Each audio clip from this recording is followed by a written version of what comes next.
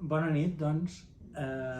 Avui hem demanat a la Clara Ponsatí de venir des de Brussel·les aquí a París a presentar el seu llibre que ha sortit deu fer mig any, segons ens ha precisat, que es diu Molts i ningú, que és un embastat de memòries i altres històries.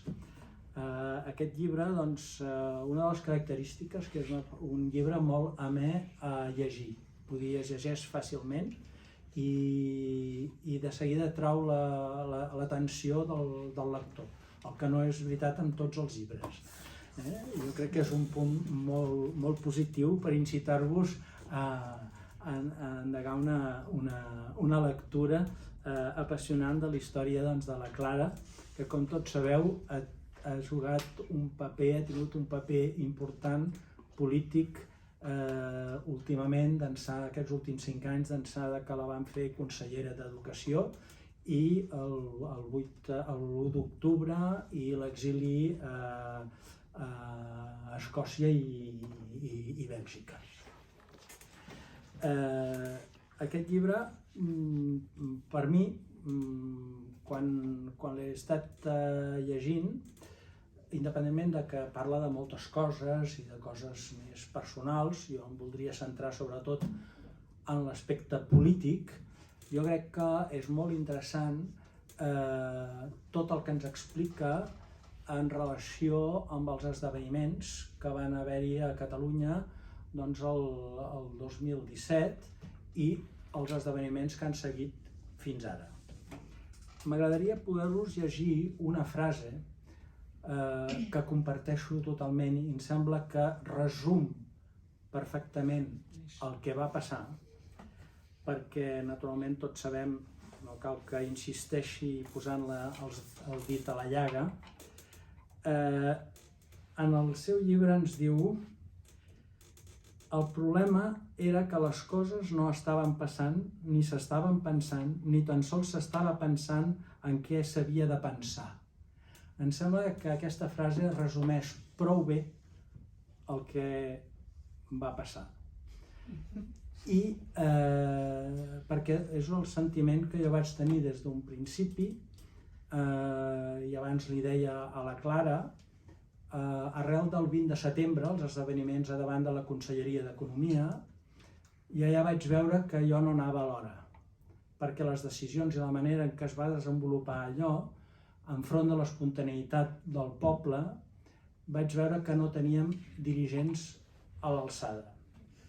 Alguns d'aquests dirigents els coneixia per tradició i no me'n fiava gaire, però el que va passar el 20 de setembre ja em va qüestionar moltíssim el que podria passar arrel de l'1 d'octubre.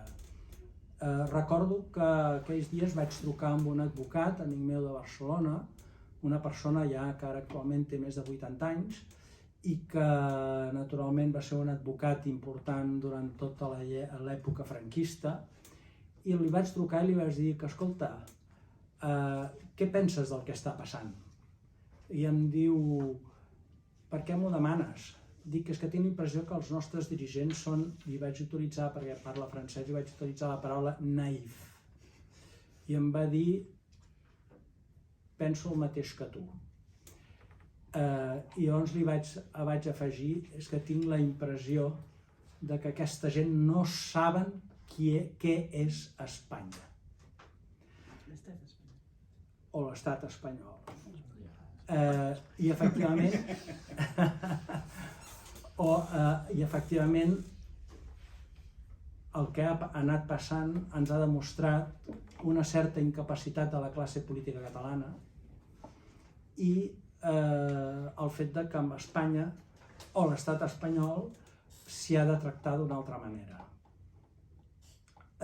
I el que és molt interessant del llibre de la Clara és que efectivament ella explica el que ha viscut, perquè és important de saber que la Clara, tot i que en la seva joventut va ser militant del PSUC i de les joventuts comunistes, però no és una persona de partit, no és una persona que en la seva vida ha volgut dedicar-se a la carrera, entre cometes, política, sinó que ha estat una persona que perquè estava convençuda de la necessitat per Catalunya d'esdevenir un estat independent, una república catalana, que es va ficar en un moment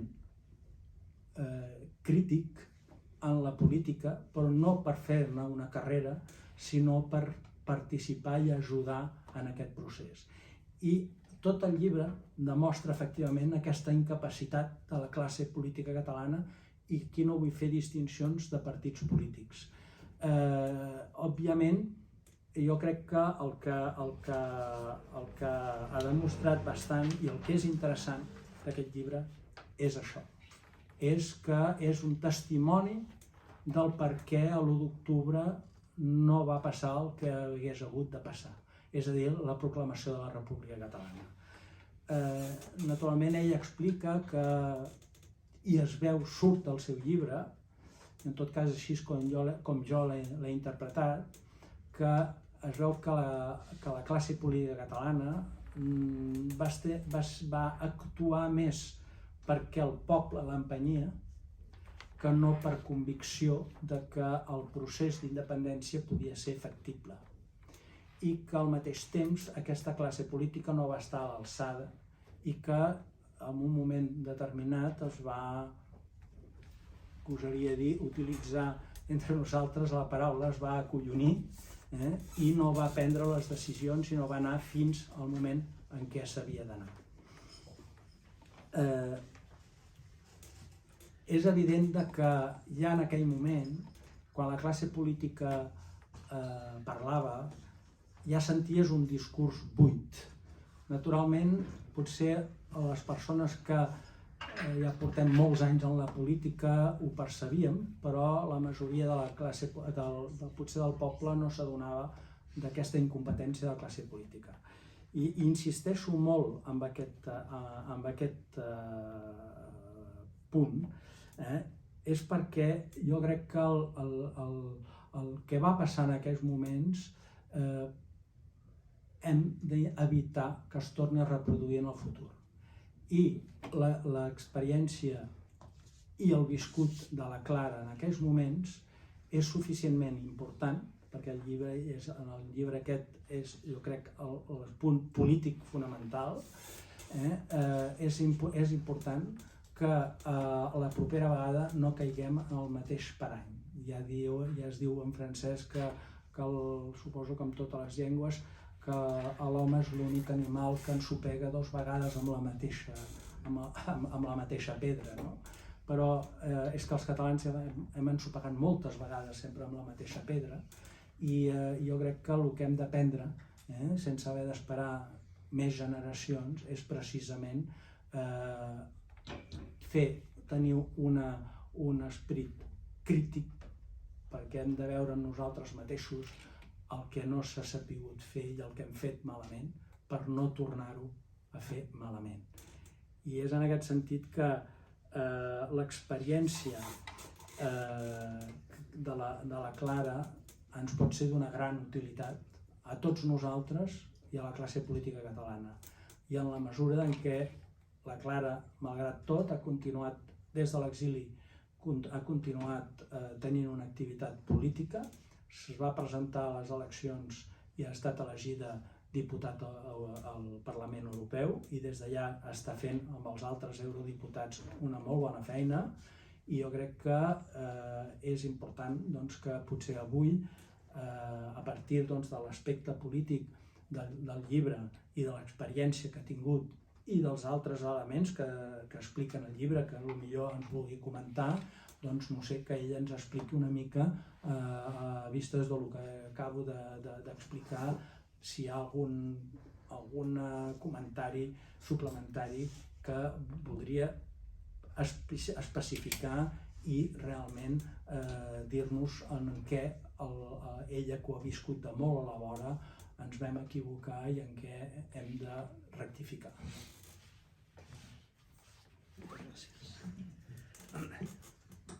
Moltes gràcies, Ignasi, moltes gràcies a l'ANC França per organitzar aquesta sessió en què em donava l'oportunitat de parlar del meu llibre. Avui he vingut a parlar del meu llibre, això ho diuen molts espanyols. Irritada en aquest cas. Per tant, gràcies per haver vingut. Jo faré una intervenció molt breu, perquè més que parlar del meu llibre, si el meu llibre... us faré una mica de publicitat del meu llibre, i si us interessa ja us el llegireu.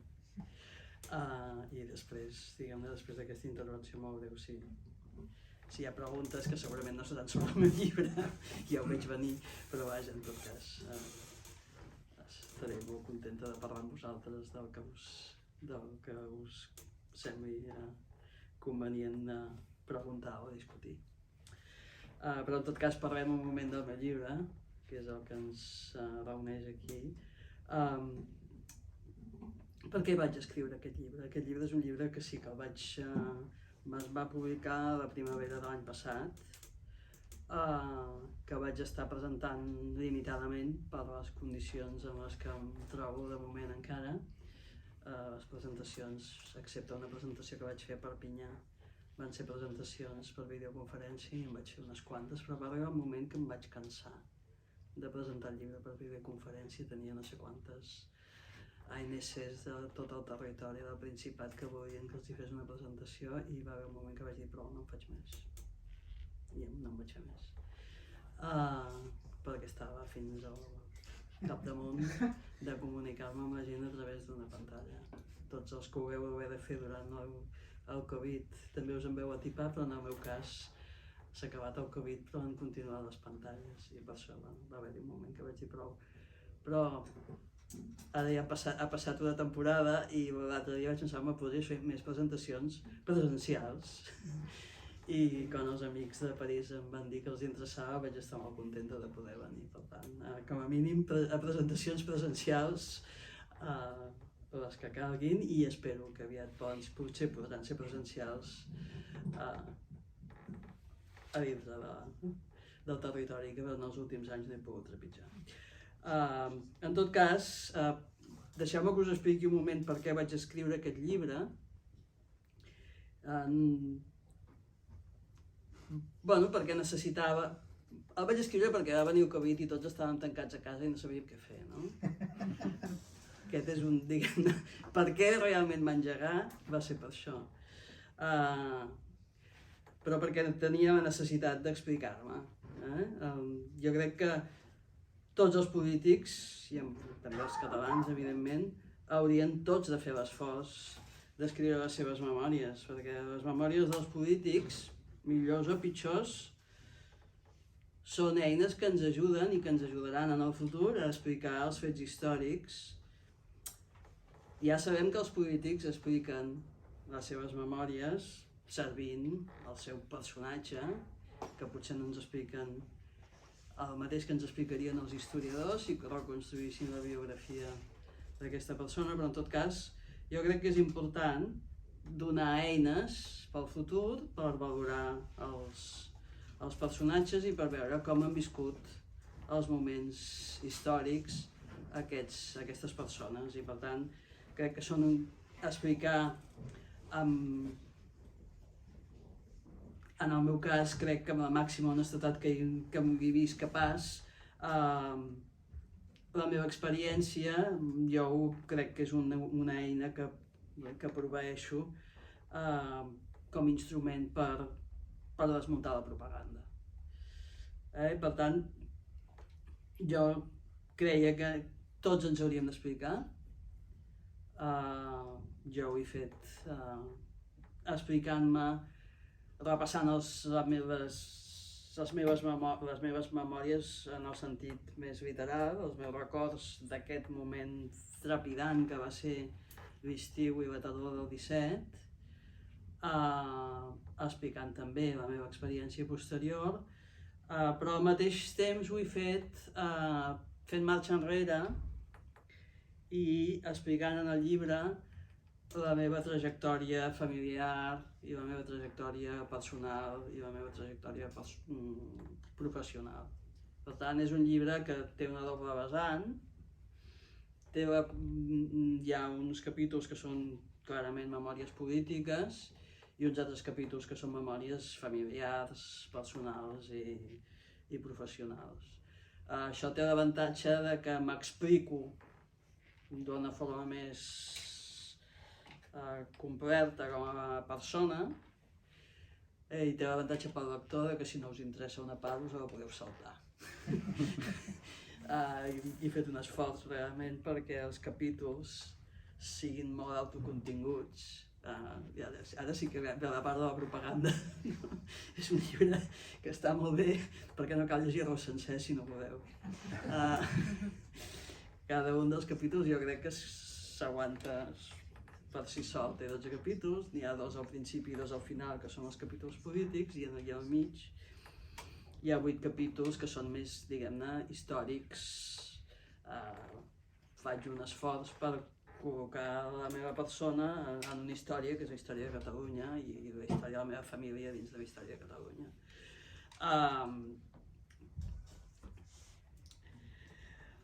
En tot cas, segurament el que més interessa d'aquest llibre i el pel qual els editors van tenir, si els hagués vingut només amb la part que explicava les històries dels meus avis i dels meus besavis, que jo són la part que m'agrada del llibre, ja us ho confesso, no tinc que...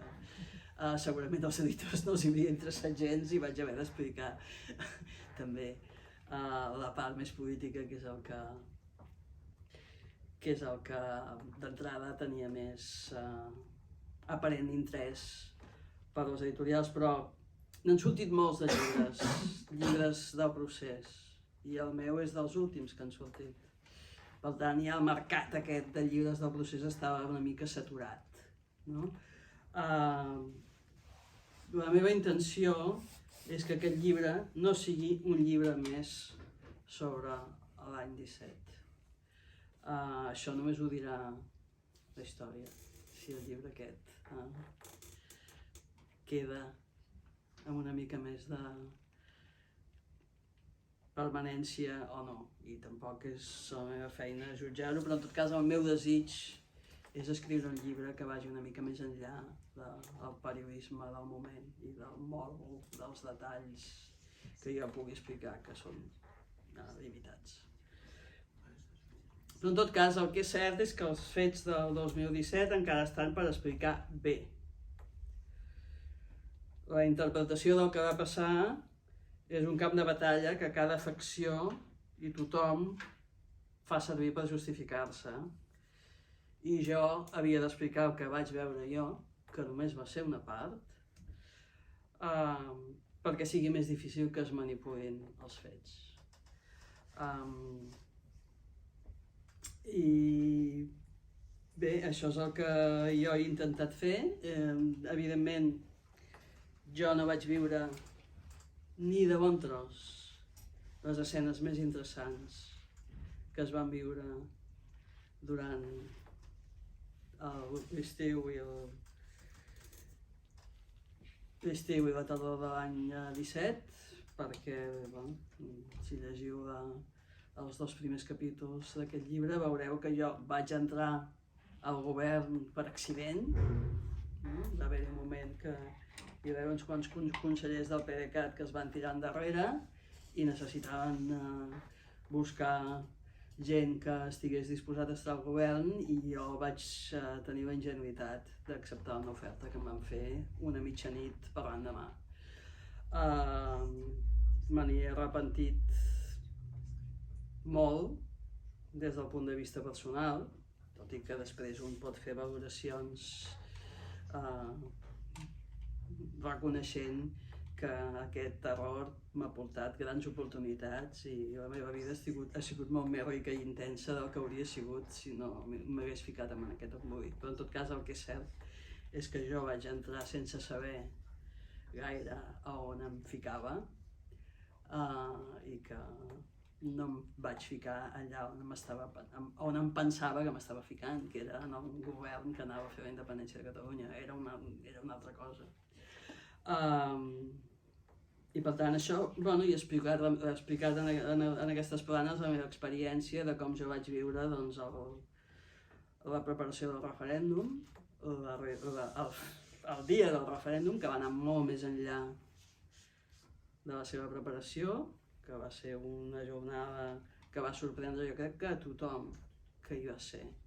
Els que el van organitzar i els que hi van participar des del cap de setmana anterior, quan la gent va començar a anar a les escoles, etc. Jo crec que l'experiència de veure que estava passant una cosa que els que ho preparaven potser no s'ho esperaven, però tota la gent que hi va participar, els 2 milions de persones que van anar a votar, la gent que va defensar les urnes, la gent que es va oferir de voluntaris per actuar a les meses, etc. Jo crec que tots vam estar una mica sorpresos de nosaltres mateixos, diguem, els catalans, cada X anys ens sorprenem amb una jornada cívica exemplar i espectacular i històrica.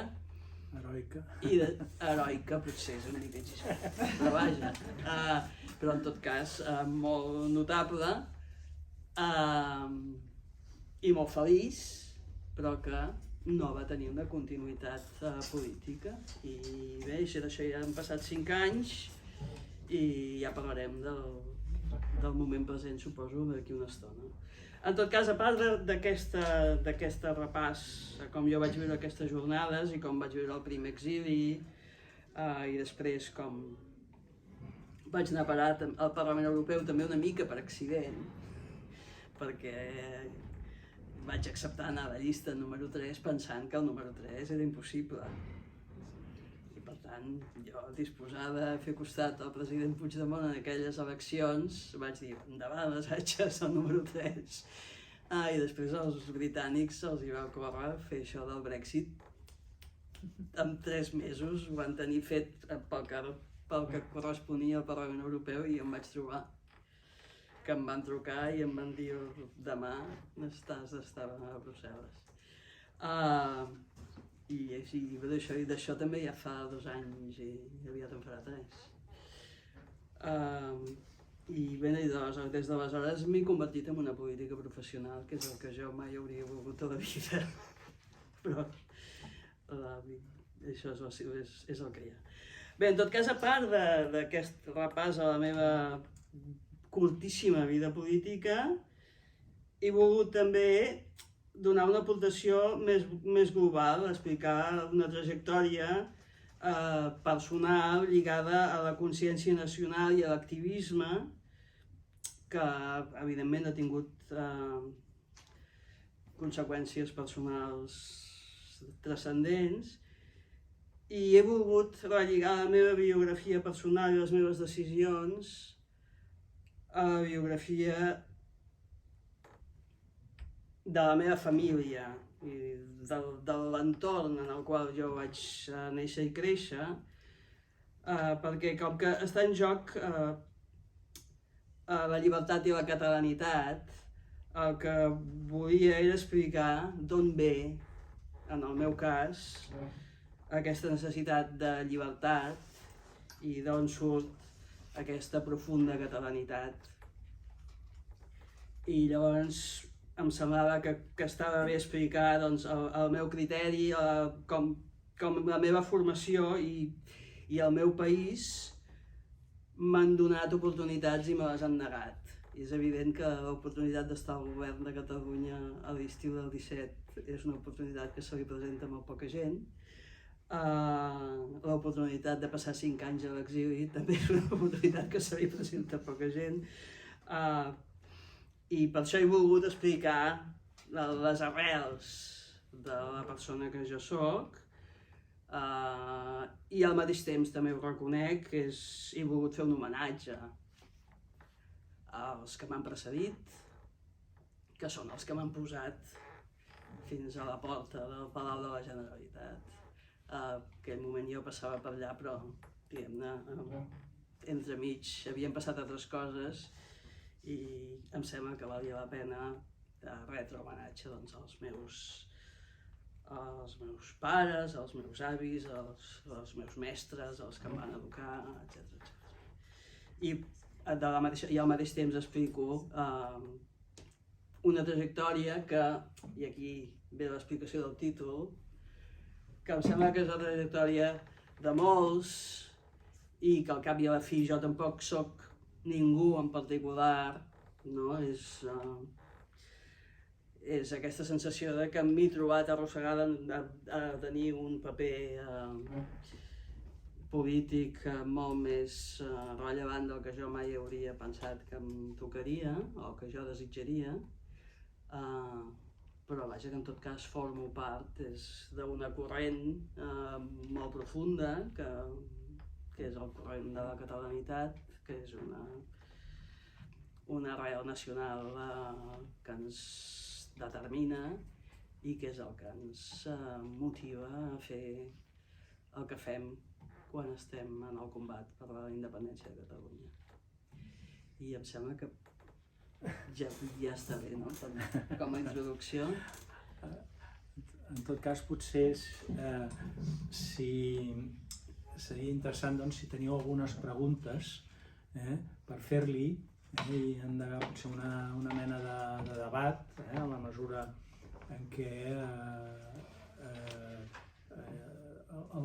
el llibre dona per parlar i per discutir, per debatre una mica tot el que ha viscut la Clara, i és evident el que ha explicat últimament, que normalment no s'esdevé independentista així per intervenció de l'Esperit Sant, sinó que hi ha una tradició i un viscut i el que has estat fent tota la teva vida que et porta a un moment determinat a arribar a unes certes conclusions que són importants.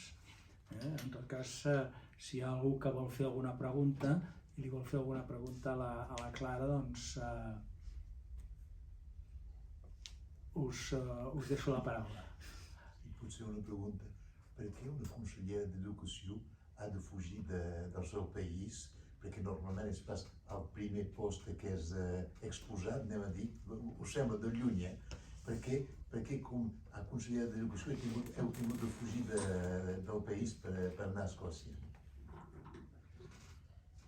Possiblement són coses que no coneixo, A veure, jo, després del 1 d'octubre i de la proclamació d'independència del 27 d'octubre,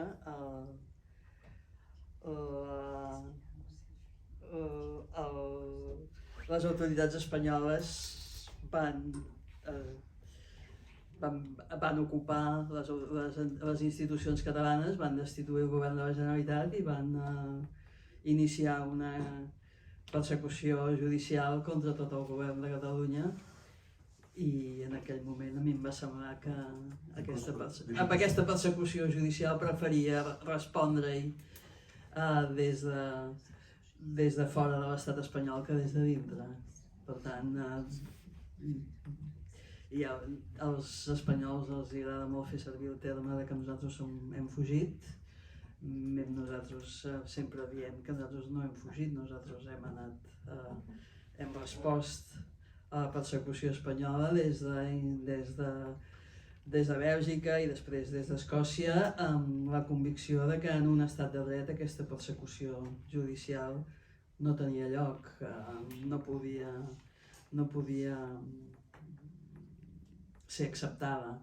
Reconeixem que al principi, els primers mesos, les primeres setmanes, tampoc era tan clar que la resposta de la judicatura d'un jutge belga, per exemple, fos refusar les peticions d'extradició d'Espanya. No, hi havia discussió entre els advocats. Jo sempre no vaig estar mai segura de que els jutges belgues o escocesos m'haguessin de donar la raó, però sempre vaig pensar que valia la pena provar-ho. I després ha quedat clar que efectivament el comportament d'un estat de dret és totalment incompatible amb la persecució que Espanya insisteix fins al dia d'avui contra nosaltres. Per què heu triat Escòcia? No, a veure, jo ara ja no visc a Escòcia, Va ser molt mític. Jo vaig estar vivint a Escòcia una temporada i com que tenia aquell advocat que tenia tanta presència, que anava tan ben vestit, era tan guapo i parlava tan bé. Tothom sempre pensa en mi com que jo estic a Escòcia, perquè va ser una mica, aquell home era com una mica com el Messi. Jo era professor abans d'agafar el lloc de consellera d'ensenyament en el govern del president Puigdemont. Jo era professora d'economia a la Universitat de Sant Andreu, a Escòcia. I estava vivint allà perquè tenia la feina allà. I quan vaig ocupar el lloc al govern, la universitat va tenir l'amabilitat de donar-me un permís temporal. I com que va ser tan curt, després de la primera ordre d'extradició, quan es va denegar la primera ordre d'extradició, jo ja no tenia res a fer. La primera ordre d'extradició la vam confrontar a Brussel·les, però quan es va acabar aquesta ordre d'extradició, que va ser just abans de les primeres de les eleccions del 155, per entendre'ns, després d'això jo vaig tornar a la meva feina a Sant Andreu, Sant Andrews, i per això estava a Escòcia quan hi va haver la segona ordre d'extradició contra el president Puigdemont, que estava a Alemanya, i jo en aquell moment estava a Escòcia, els altres consellers estaven a Bèlgica. Va ser la segona ronda d'ordres d'extradició, va quedar repartida en 3 països. I jo hi vaig respondre des d'Escòcia, que va ser quan es va fer famós el senyor Amenhotep. Després aquesta ordre d'extradició també va quedar cancel·lada perquè recordeu que el Tribunal alemany sí que va decidir sobre l'extradició del president Puigdemont, i això és molt rellevant pel moment present, quan s'està parlant de tornar a perseguir el president Puigdemont per desordres públics agreujats. El judici que hi va haver contra el president Puigdemont ja va deixar meridianament clar que a Alemanya els fets no els interpretava com a res que tingués a veure amb els desordres públics, ni agreujats ni no agreujats, que allà no hi havia hagut cap violència. Per tant, això els tribunals europeus ja s'ho han mirat i ja han dit que no. Davant d'això, el tribunal alemany estava disposat a extradir el president Puigdemont per una persecució limitada, amb unes penes molt més limitades que les que desitjava el Tribunal Suprem. I per això el jutge Llarena va dir no el vull aquest senyor. Li anaven a donar i ell no el va voler. Per què? Perquè li havia espatllat el judici que va fer el Suprem contra la resta del govern. Però quan va retirar aquesta euroordre contra el president Puigdemont, també va retirar la meva que s'estava discutint a Escòcia, i per tant jo vaig tornar a quedar lliure al Regne Unit. Fins que després del judici al Suprem, l'any 19, van fer la tercera ronda d'ordres i a mi em van tornar a detenir a Escòcia, etc. I entremig vaig anar a parar a Brussel·les com a eurodiputada. I llavors ja la discussió ha sigut una discussió sobre si teníem immunitat o no teníem immunitat, etc., que és una cosa que encara està en discussió ara mateix. Però llavors, per tant, jo a Escòcia hi havia viscut abans i hi vaig viure des del gener-febrer de l'any 18 fins que vaig anar a Brussel·les per ser eurodiputada al febrer de l'any 20. I he viscut bastants anys a Escòcia, però ara no puc, desgraciadament, ja no hi tinc feina i ara estic vivint a Brussel·les. Yes. Sí, un parell de preguntes una mica sobre l'actualitat. S'està debatent sobre el delicte de sedició, la reforma del delicte de sedició. Això és una pregunta de la premsa, diguem-ne, ho vaig dir tot així. Sí. Per tant, tindràs una resposta com a premsa, Aviso.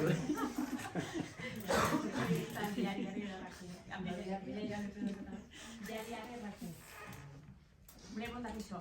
Si ara que s'està parlant d'aquesta reforma del delicte de sedició, alguns experts no s'acaben de posar d'acord sobre si obriria la porta o no al retorn dels exiliats. Volia saber la seva opinió, si té esperances de que això obri la porta a tornar a casa o no.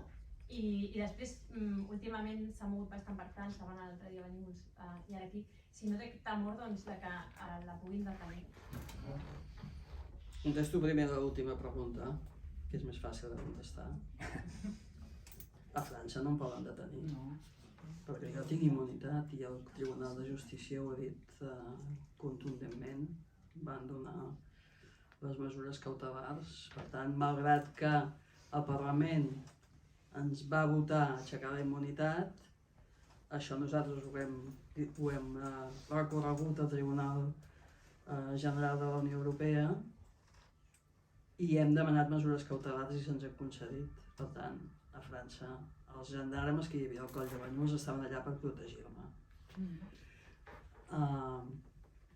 I jo m'he desplaçat per Europa, per diversos països, i en algunes ocasions he hagut de passar un control fronterer, i quan passo un control fronterer el meu passaport aixeca una alarma. Però la policia té una anotació que allà diu que encara que s'aixequi una alarma a mi no em poden detenir. I en els països on es respecta l'estat de dret, això es respecta. També s'hauria de respectar a Espanya i no hem fet la prova. Sí, aquest és l'únic que... No hem fet la prova. I ara vaig a respondre a l'altra pregunta, que està relacionada amb si fem la prova o no fem la prova. A veure, sobre aquesta reforma del Codi Penal espanyol, ja s'ho faran, diguem-ne. El resum polític per mi és el seu problema. Trobo sorprenent que forces polítiques que diuen que són independentistes entrin a discutir la lletra petita del Codi Penal espanyol, o grossa, perquè sí, el delicte de sedició no és lletra petita. Però vaja, en tot cas, com que és evident que tindrà conseqüències sobre tots els represaliats i els que encara no són represaliats i que ho seran, doncs la primera cosa que jo diria és, bueno, esperem-nos a veure en què consisteix de veritat, perquè encara hem vist sobretot les declaracions de premsa d'uns i altres sobre aquesta proposta de reforma. Hem vist el text que ha entrat al Congreso espanyol i hem vist com es ven, com el venen els ministres del govern Sánchez, la senyora Calviño, o no sé què, que ells diuen que això ho han fet com ho ha dit, com s'ho han fet anar? Para que nos entreguen a Puigdemont, que és el que queremos todos, no? Oi que ha dit això? Bueno, això és el que diuen, que han fet estan proposant una reforma del Codi Penal per a portar el senyor Puigdemont a la presó, que és el que queremos todos. Escolta, ho diuen ells, no ho he dit jo. Mesclar l'aigua. Ens costava explicar que això era una persecució política, però ara està més fàcil. Per altra part, el president de la Generalitat va sortir a explicar que això era un gran avanç per acabar amb la repressió. Trobo que són dos discursos que no casen perquè ja ho sé que cadascú té la seva clientela electoral, però el nivell de contradicció és tan còsmic que clama al cel. Amb què quedem? Això ho hem fet per atrapar el president Puigdemont o ho hem fet perquè s'acabi la repressió? Les dues coses no pot ser, o una o l'altra. Per tant, ho trobo realment molt inconscient o molt incomprensible per part d'Esquerra Republicana que això es vengui com un avanç, quan des del govern espanyol s'està venent com una eina per aconseguir el que en 5 anys no han aconseguit. Doncs, si això obrirà o no obrirà portes Pel nostre retorn? Jo no ho sé. Quan aquesta reforma s'hagi acabat, veurem quines són les conseqüències. És evident que si hi ha una ordre europea de detenció basada en un delicte que ja no està al Codi Penal espanyol, aquesta ordre europea de detenció ja no és vàlida. En faran una altra per un altre delicte? Ja ho veurem. Fins que no passi no ho sabrem. I entremig hi ha la discussió sobre la nostra immunitat, i és cert que nosaltres no hem provat a veure què passava amb la nostra immunitat a Espanya, que s'hauria de respectar si Espanya vol ser membre del club dels estats de dret. Però és cert que ja hem vist que hi ha moltes coses que els estats membres dels estats que són estats de drets respecten, Espanya no respecta. I per tant, si hem de fer aquest experiment, doncs, potser sí que hi haurà un moment que l'haurem de fer, potser no. Jo no prejutjo què han de fer els meus companys respecte a mi mateixa. La meva posició és que encara no és el moment.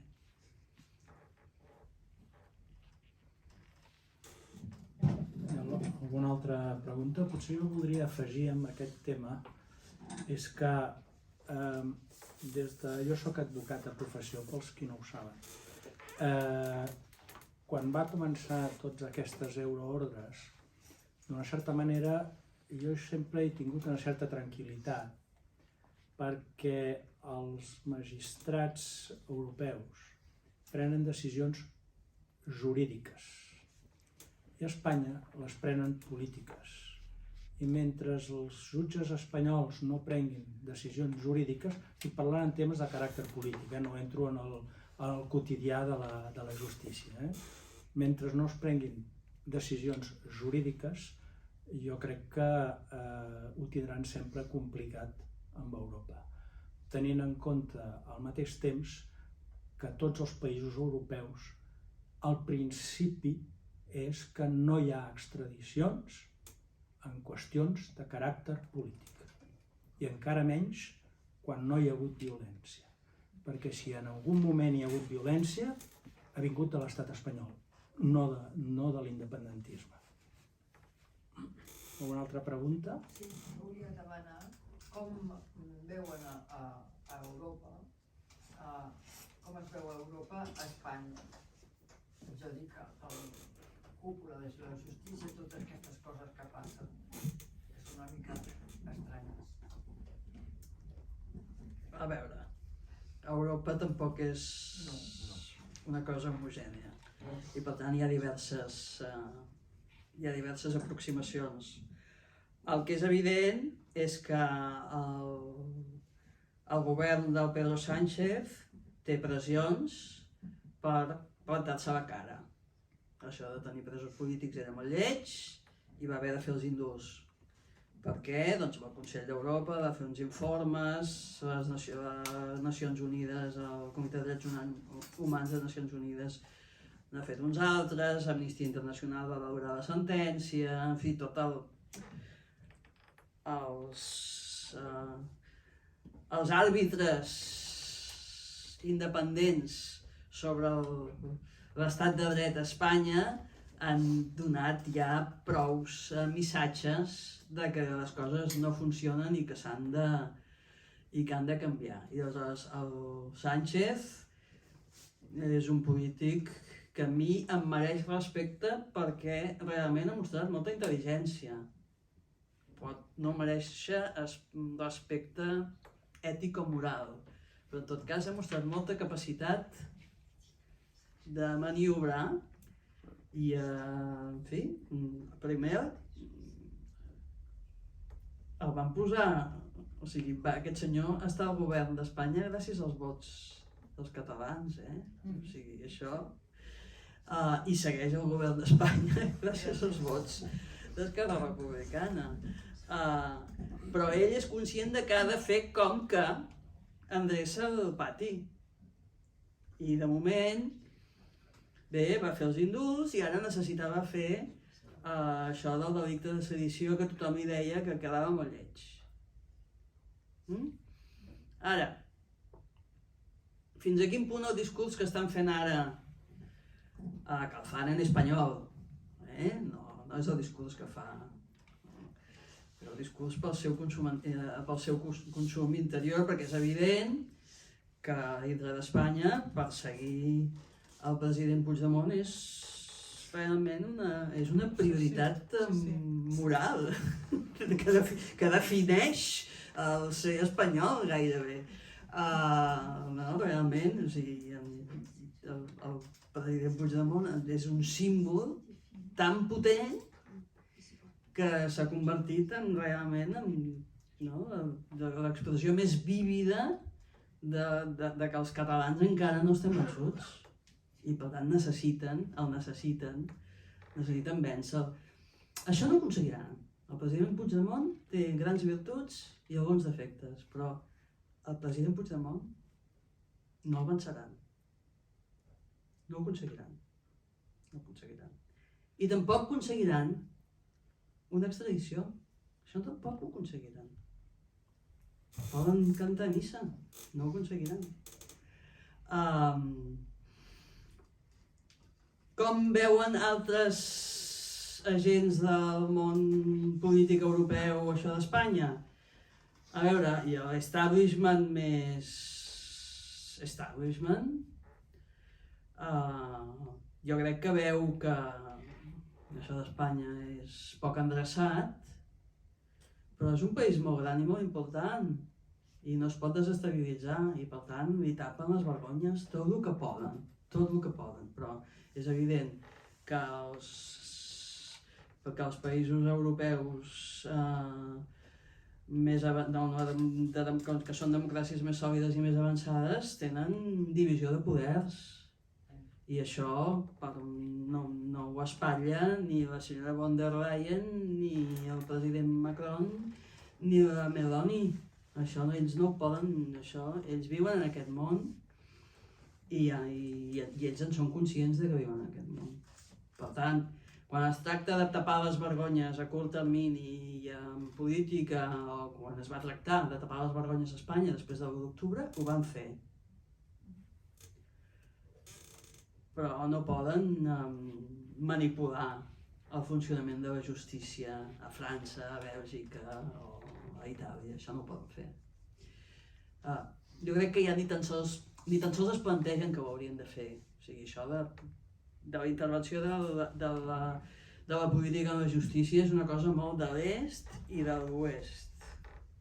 Això passa potser a Polònia i a Hongria, a Turquia i a Espanya. Entremig, funcionarà millor o pitjor, però no es putineja de la manera que es putineja a Espanya. L'espectacle que dona el Consejo General del Poder Judicial és únic, jo diria que al món. Realment és de molt mèrit fer-ho tan groller. I van tirant, tu. Per què van tirant? Caram, perquè desestabilitzar Espanya és molt, molt costós i per tant els expliquen les coses sense que es vegin i els demanen que facin això, que facin l'altre i al final tampoc les intervencions no són mai directes, sempre són d'influència i el Pedro Sánchez és bastant bo movent-se en aquest món i fent com que sí que ho està fent. I a la mesura que hi ha forces polítiques catalanes que li donen suport, el tio va molt dur i va ben bé. Estem fent una emissió en directe en el canal YouTube de l'ANC France i doncs, hi ha la possibilitat de fer preguntes en directe. Hi ha en Jaume Casanova que diu: bona tarda. Xavier, no se sent. Es pot sí. A veure, Pots parlar una mica més No et sentim a tu. Deia que estem fent una emissió en directe en el canal YouTube de l'ANC France i hi ha en Jaume Casanova que ha fet una pregunta i diu: bona tarda, no sé si ve al cas, però per insistir una mica més en el context i mostrar que tot ve de lluny, potser convindria explicar la teva experiència experiència a Georgetown. Una abraçada. Hola, Jaume.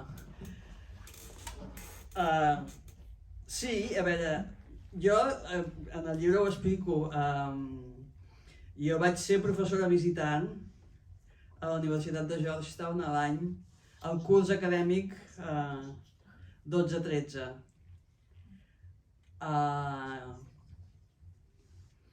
En aquell moment jo ja era independentista, però m'havia presentat al concurs que administrava el Ministeri d'Educació i Ciència per ocupar una càtedra que es deia Càtedra Príncipe de Asturias. Encara deu existir, encara es deu dir així.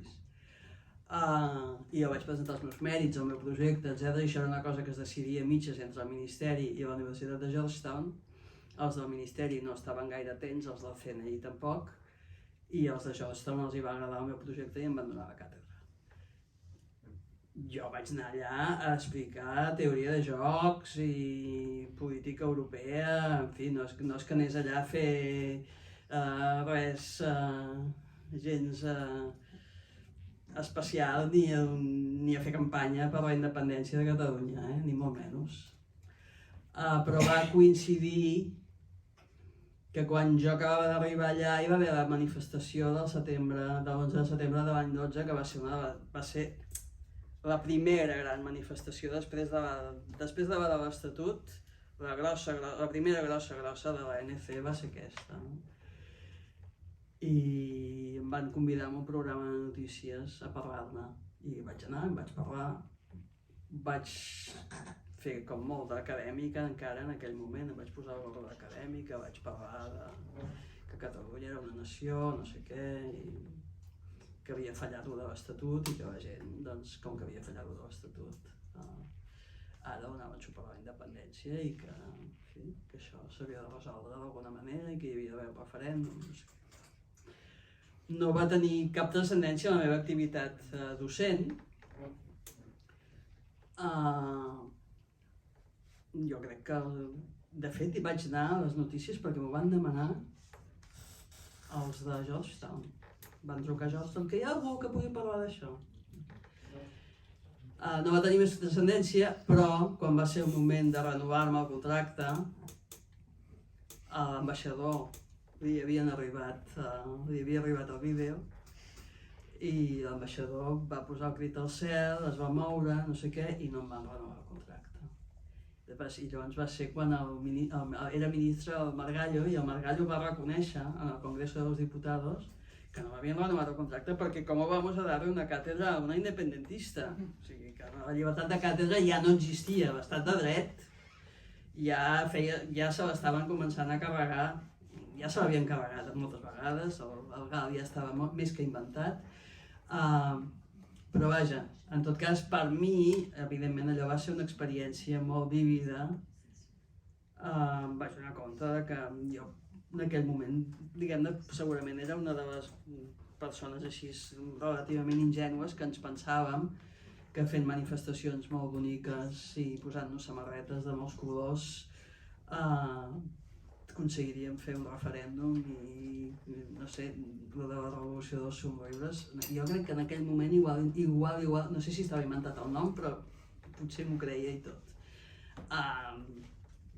La caiguda del cavall, diguem-ne, i la consciència de que els espanyols estan en guerra amb nosaltres. Jo la vaig tenir directament en aquell moment, perquè va ser una cosa molt...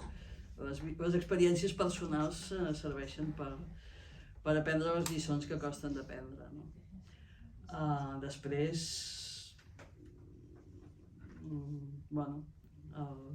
molts altres persones de la vida política i intel·lectual catalana els hi ha costat més aprendre la lliçó que els espanyols estan en guerra amb nosaltres. Però sí, per mi va ser, l'experiència de Georgetown va ser molt reveladora. Gràcies per la pregunta. Alguna altra pregunta? Sí, Sí, clar, en el teu llibre parles també, evidentment, una part important de la teva vida i, entre altres coses, doncs, ens entrem d'uns moments molt difícils per tu, no? Molt durs, d'experiències de pèrdua d'un fill de 25 anys, que això per una mare és la cosa més terrible que pot ser, o fins i tot després també el teu cunyat, que també era molt important a la família. I de fet, volia saber, perquè en el fons, de vegades, aquestes terribles experiències també forgen un caràcter.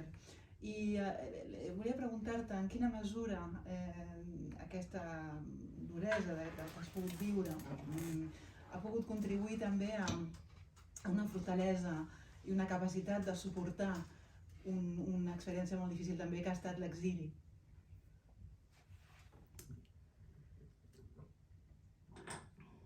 Suposo que sí. Al final, és evident que per mi l'exili no ha sigut la pitjor experiència de la meva vida. I per tant, de fet, tot s'ha de dir, jo no puc anar a Barcelona, no puc anar a casa meva, no puc tenir una vida normal amb els meus amics, no? És tot molt més complicat, no? Acabes perdent amistats perquè si no les cultives es perden, no? Amb els anys, no? Al principi tothom escriu molt, després escriuen menys, un també s'acostuma a quedar molt aïllat. O sigui, que és evident que la vida, la nostra vida com a exiliats, doncs té dificultats. Per altra part, no és una vida de dificultat material, i amb això, bueno, això ho hem de reconèixer i per tant no tenim. De moment, en la mesura que som eurodiputats, les nostres necessitats materials estan molt bé resoltes. És més, tenim un equip de gent que treballa per nosaltres i que ens dona suport i tal, i que són excel·lents i que són un suport professional, però que també són un gran suport personal. Però vaja, en tot cas, jo he viscut en molts països a la vida, he viscut molts anys als Estats Units, he viscut un any al Canadà, he viscut a Escòcia, he estat a Anglaterra també un període llarg, etc. Per tant, a la meva vida, en el meu dia a dia, jo sóc una expatriada, diguem-ne, normal, no? Tinc una feina fora i tinc la família a Barcelona. És més o menys incòmode, però no és una cosa que sigui molt... Jo no ho visc com una experiència molt dura. Si això és fruit de que jo he viscut experiències més dures, sí, perdre un fill és difícil de superar com a experiència. I potser sí, que això forja caràcter, no ho sé. No ho sé, segurament sí. Segurament per això jo em plantejo, podria ser que jo en un escenari X hagués de passar per la presó, potser sí. Segur que és molt pitjor que estar vivint a Brussel·les i tenir una vida a Barcelona. Però vaja, també tot té els seus límits, no? Però vaja, no sé, la meva fortalesa personal, no sé si ve de marca o... Segurament també.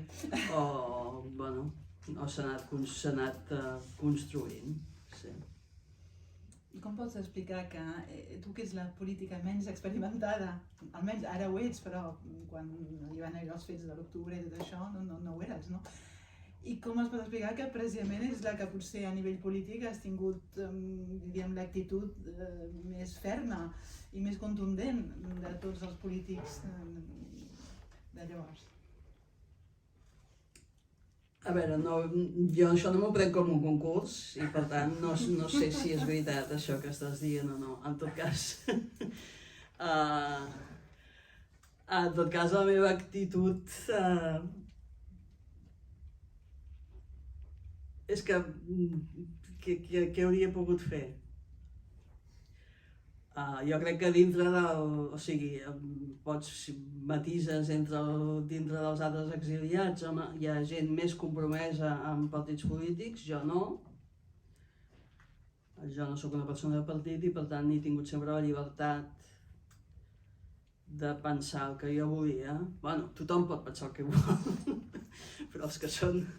Evidentment que tothom pensa el que vol, perdoneu. Però evidentment les persones que estan adscrites a un partit polític potser han de ser més prudents, jo crec que són més prudents en la seva expressió, en l'expressió d'aquest pensament.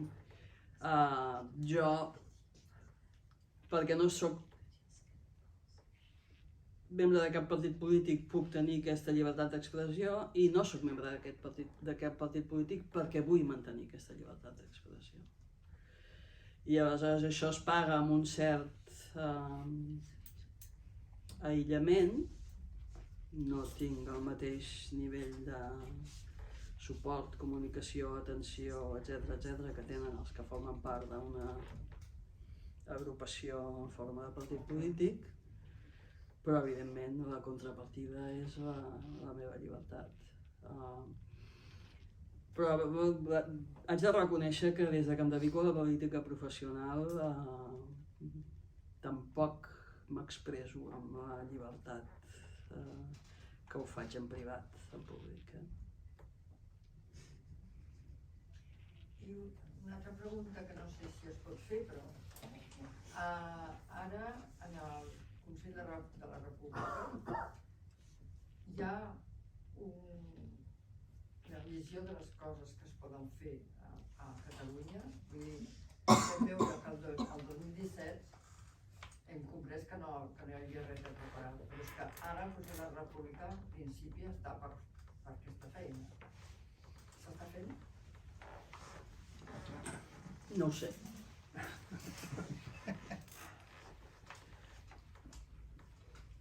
Una altra pregunta del xat de... Jo no sóc membre no sóc membre del govern del Consell de la República. Ah, no. No. No ho sé. No. Però bueno... No es veu. Llavors, ens ho mirem des de fora.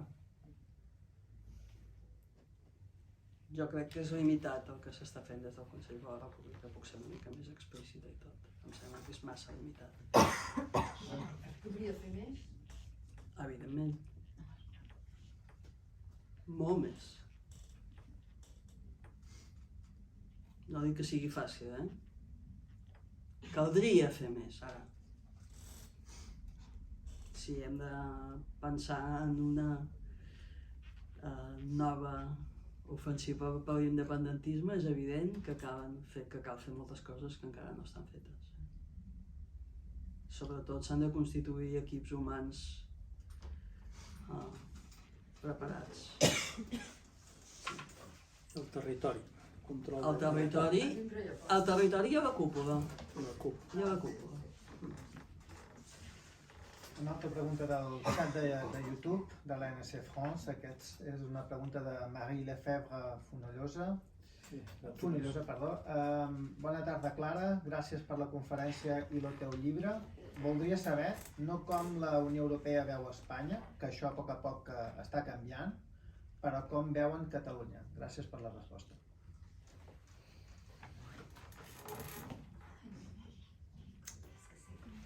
Jo crec que ara la veuen molt poc.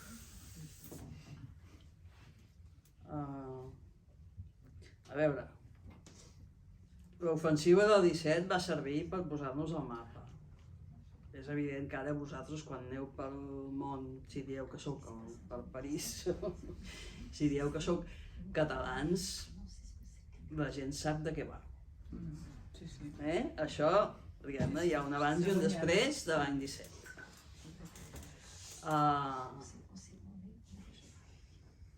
I aquí, especialment a França, tothom sap que la Catalunya és una altra cosa, que no és l'Espany i que hi ha molts catalans que volen ser independents i que van fer una cosa l'any 17, però que ara, i ara què feu?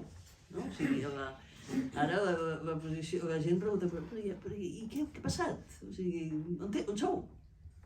És això, que la gent s'ho sorprèn i bé, ja no és interessant perquè no està passant res.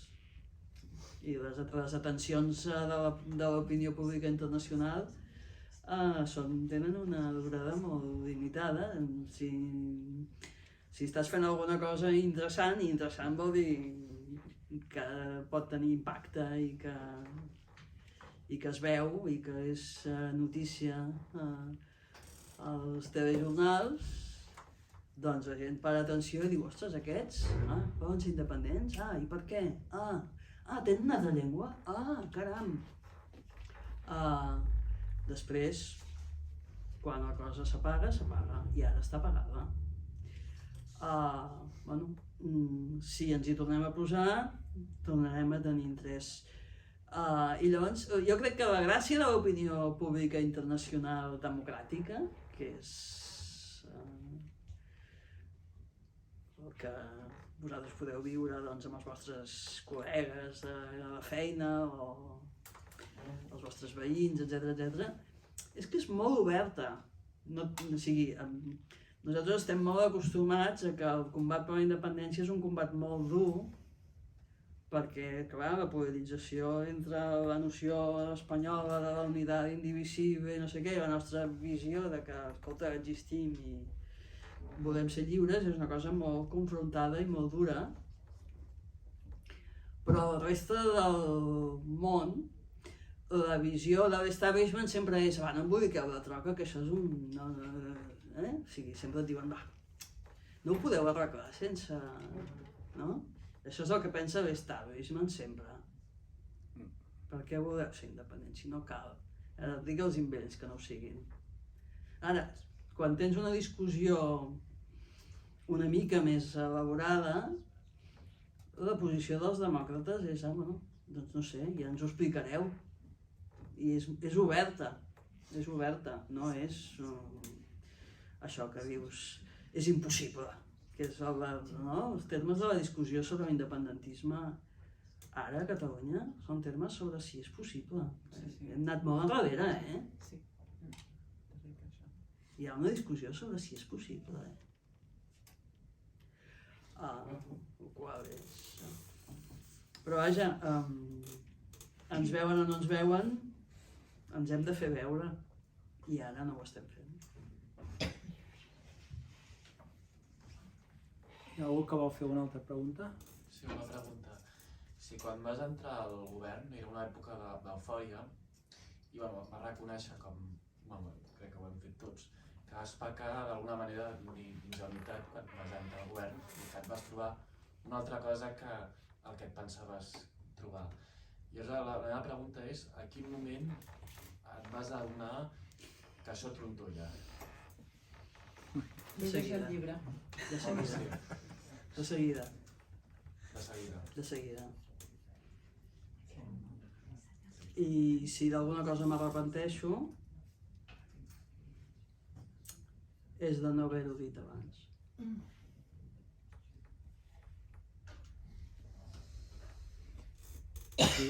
Si la Clara em permet dir una cosa,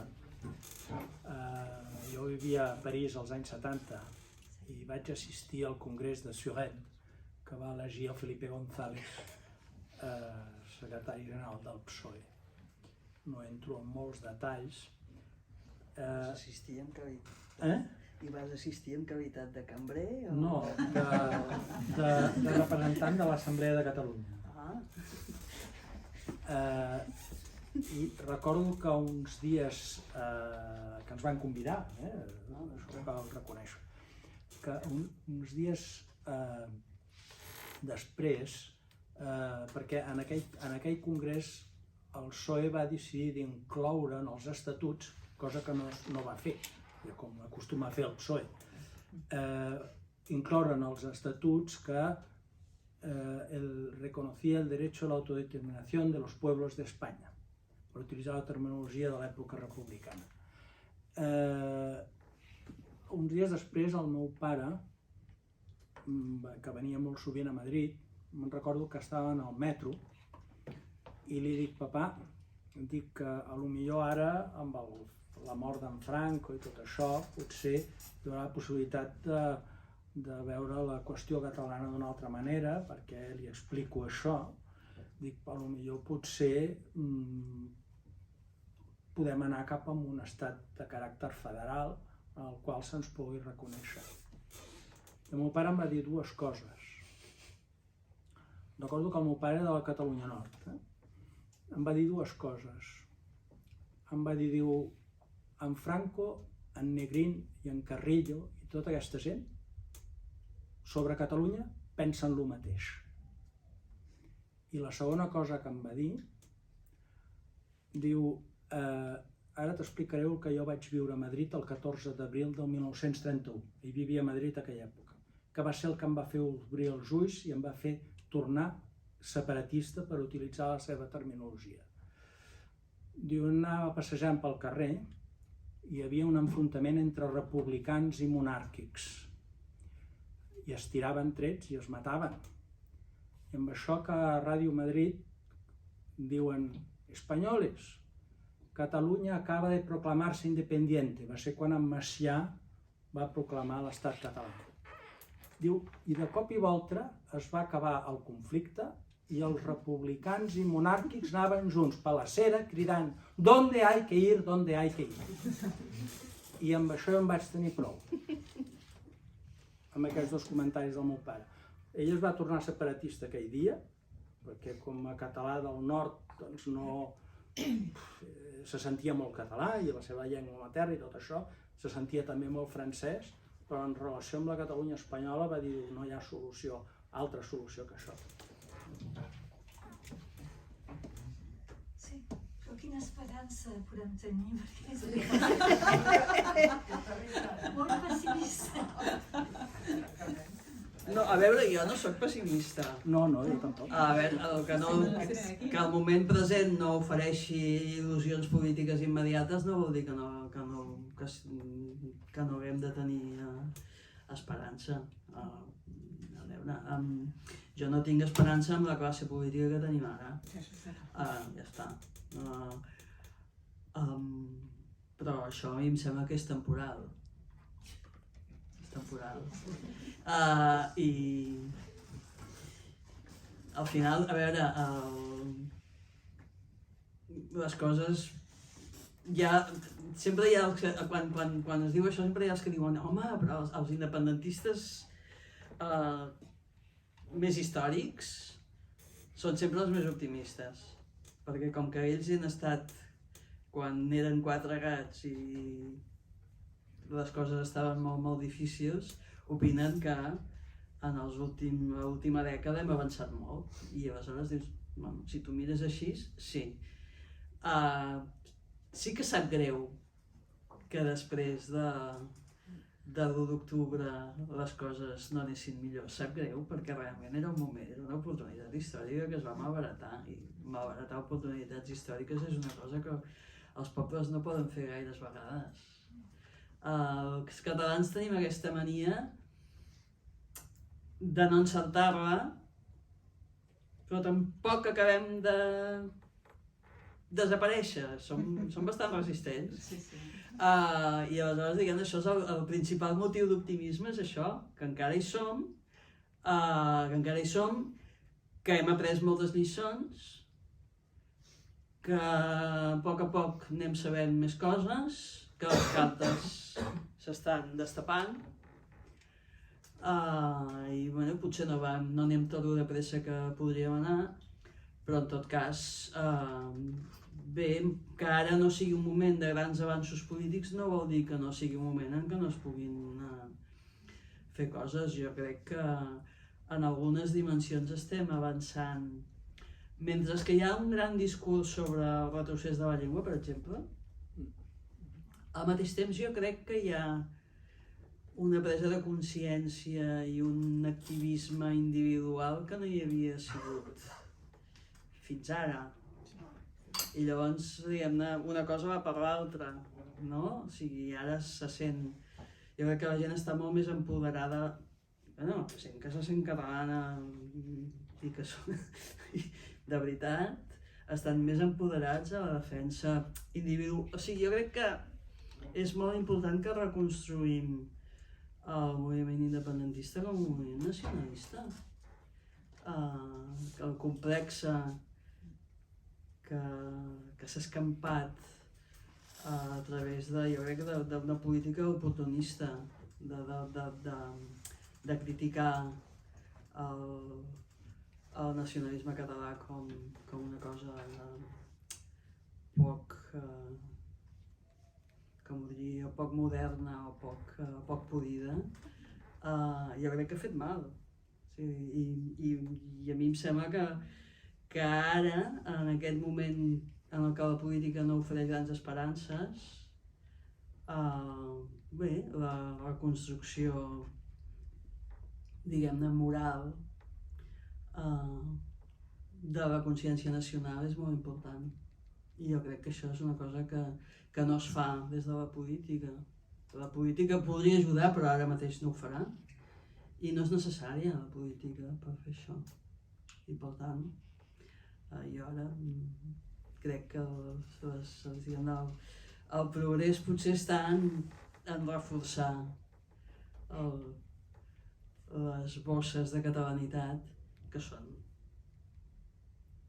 potents. Encara no estem en perill d'extinció. Tenim també un gran avantatge, és que tenim un enemic que no aprèn tampoc ni vol canviar. Cosa que a França és més complicat. És a dir, que d'una certa manera, jo sempre ho dic i ho vaig posar a la conclusió d'un llibre que jo he escrit, Espanya ens hauria de demanar que fóssim independents, perquè solament la independència a Catalunya, el trauma que patiran, els farà canviar i evolucionar. No sé si estic d'acord jo amb això, però ja s'ho faran. Sí. Alguna altra pregunta? Última, va. Un comentari sobre l'obertura dels demòcrates francesos per la causa catalana. Si potser, quan se'ls diu que i Catalunya francesa, aquí aquesta obertura desapareix. L'unitat lingüística és la cosa major que veuen. Doncs, tant com se parla d'Espanya, sí, però si se parla de Rosselló, aquí és acabada aquesta obertura, em sembla. El meu pare era independentista per la Catalunya Sud, però no era per la Catalunya Nord, que era d'allà. Això ni tan sols s'hi pot pensar. No, i era així. Ni tan sols un fet lingüístic, una diferenciació lingüística. Això tampoc, no existeix. Això sí, al meu pare la llengua, això que es perdés la llengua no li agradava, però que es mantingués la identitat catalana a Catalunya Nord, sí. Ara, la República Francesa i que érem des citoyens de la República Francesa, això no li tocava. Sí, però els estats europeus estan en comptes que Espanya hagi heredat l'esperit democràtic dels estats europeus, són els estats europeus que estan heredant de la no democràcia d'Espanya. Per tant, a França el que potser en un moment donat era la república i amb tot el que suposava d'orgull i que la gent ho seguia, ara s'està també esmigorant. És a dir, que a nivell de democràcia de l'estat francès també està baixant. Tot arreu. I això pot també tenir repercussions sobre precisament tots aquests moviments que es sentiran potser més motivats. L'estat democràtic francès, per això, és un país molt centralitzat, és un jardí a la francesa. I, per tant, és un que deia una vegada a un escocès, jo, per tant, que sigueu escocès, m'estic millor els jardins de l'anglesa, perquè els arbres no són tan retallats. Sí, això és veritat. Hi ha més llibertat. És que ells juguen al rugby amb una samarreta escocesa, quan nosaltres a Perpinyà, o al País Basc, si provaves a dir volem jugar al rugby amb una samarreta catalana o una samarreta basc, això seria un crim contra la unitat nacional. Quan a Anglaterra això és molt normal. Cal reconeix que hi ha 3 nacions. És molt més divers, la diversitat és molt més acceptada al Regne Unit, per exemple, que no és a França.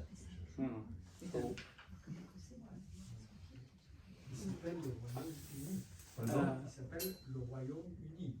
Voilà. Exactement, ça reconnaît déjà la base. Hi ha alguna altra pregunta? Penso que a Escòcia hi havia molt més amb on n'entend pas. Penso que a Escòcia hi deu haver bastanta empatia en Catalunya, perquè tenen un problema una mica... Sí, és veritat que hi ha molta més...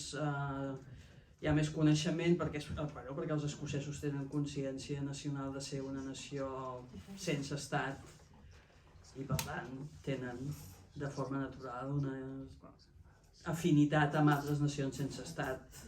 A Flandes també hi ha una gran simpatia per la causa catalana, tot i que ells ara mateix no estan especialment encaminats a la independència, però en tot cas sí que hi ha un... A Flandes, bé, a Bèlgica hi ha un gran odi pels espanyols, gràcies a... històric, que és una cosa molt arrelada des del segle XVI, però a part d'això, a Flandes hi ha una simpatia més clara. Per tant, en general, clar, en els llocs on hi ha minories nacionals o nacionalitats sense estat, és la gent que s'identifica amb aquestes nacions, és més fàcil comunicar-s'hi i sempre hi ha una solidaritat, diguem-ne, popular, natural. La posició ja política ja la veurem, perquè l'actitud de... Bé, ara mateix no es pot manifestar especials solidaritats per part de ningú perquè no hi ha una proposta catalana sobre la taula, ni escocesa, i per tant tampoc Escòcia necessita pronunciar-se. Bueno, doncs em sembla que ja és l'hora de plegar i donarem les gràcies a la Clara d'haver vingut i d'haver-nos aclarit tota una sèrie de punts i d'haver-nos parlat del seu llibre. Jo crec que, com a historiador que també soc, els testimonis personals ajuden molt els historiadors a entendre el que va passar.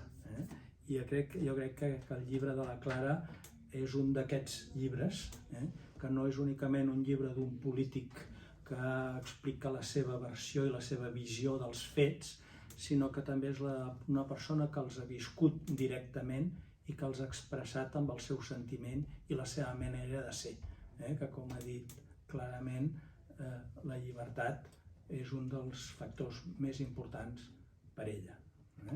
I jo crec que és important que s'escriguin llibres d'aquest tipus més que dels polítics, que són els que diuen realment més la veritat, del meu punt de vista. No sé si també és el de la Clara. Moltes gràcies per les preguntes i gràcies per haver vingut i llegiu el llibre. No dic compreu-lo, llegiu-lo. També si en podeu disposar en versió electrònica, etc. Teniu aquí uns exemplars. Sí, allà n'hi ha alguns exemplars. Si els que vulguin hi ha algun exemplar, si no n'hi ha prous, també ens deixeu l'adreça i ja us els farem arribar. En fi, no hi ha problema perquè esperàvem que en vinguessin uns quants i no han arribat, no sé de qui és culpa, del transportista o de qui és, però la qüestió és que els que vulgueu un exemplar del llibre, nosaltres ens podem ocupar de fer-vos arribar. També estan a l'enllaç que hem enviat, hem enviat a l'email i també hi ha l'enllaç de la llibreria de Perpinyà. Moltes gràcies. Gràcies.